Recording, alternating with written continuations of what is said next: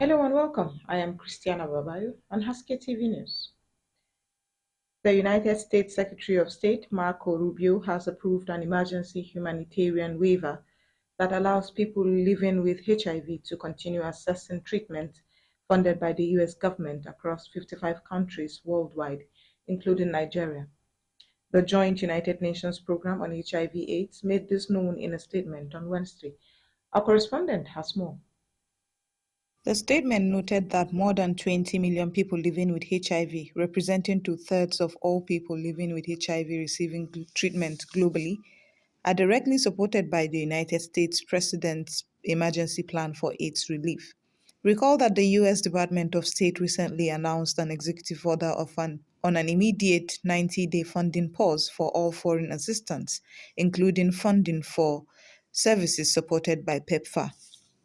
However, UNAIDS stated that this waiver approves the continuation or resumption of life-saving humanitarian assistance, which applies to core life-saving medicine and medical services, including HIV treatment.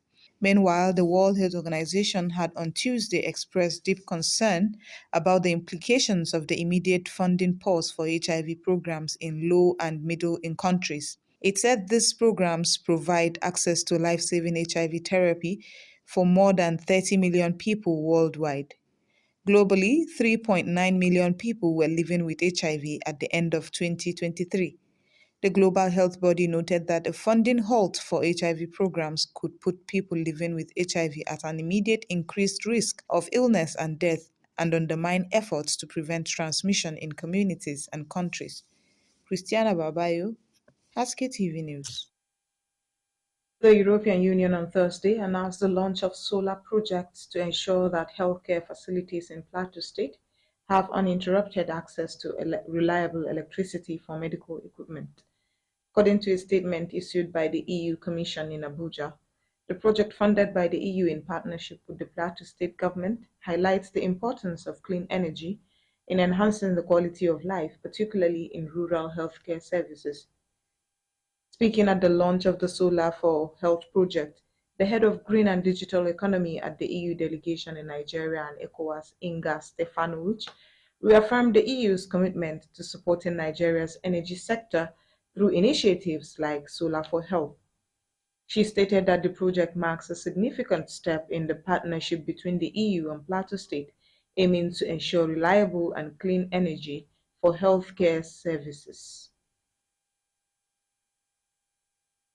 The transmission company of Nigeria on Thursday said its tower T195 along the Ugwaji-Makurdi 330 kilovolt transmission line was vandalized on Saturday. TCN's General Manager, Public Affairs, Mrs. Ndidi Mba in Abuja, said that the vandalism took place at the Watuolo village, Utokon in Ado local government area of Benue State. Mba, however, said that the vandalism was thwarted by the vigilance of the community members who at about 3 a.m. noticed suspicious activity around the tower.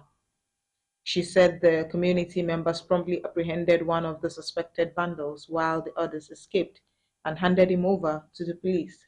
We will now go on a short break, and when we come back, Haske TV News will continue. Stay tuned.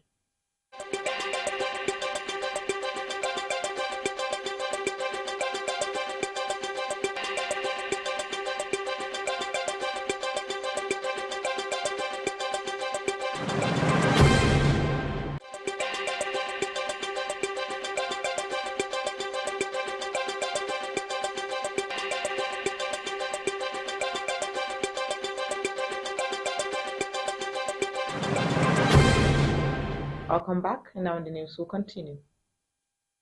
The recent 50% tariff increase approved by the Nigerian Communications Commission is expected to generate an additional 1.6 trillion naira in tax revenue while driving investment in telecommunications infrastructure.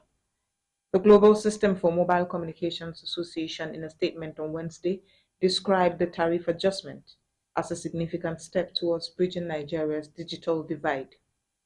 The policy is projected to expand 4G coverage to 94% of the population and provide mobile internet access to an additional 9 million people, including 2 million in underserved areas.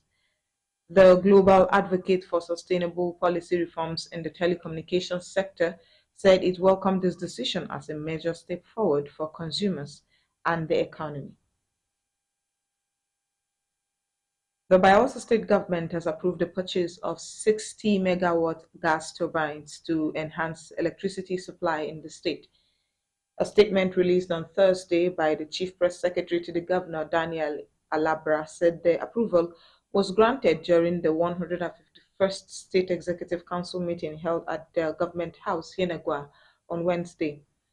Addressing journalists after the meeting, the Commissioner of Information Orientation and Strategy, Mrs. Ebiowu Koku Oyiba, said, and the Commissioner for Power, Engineer Karen Komoko, stated rather that the project aimed to ensure a stable power supply and prevent a reoccurrence of the prolonged blackout recently caused by vandals.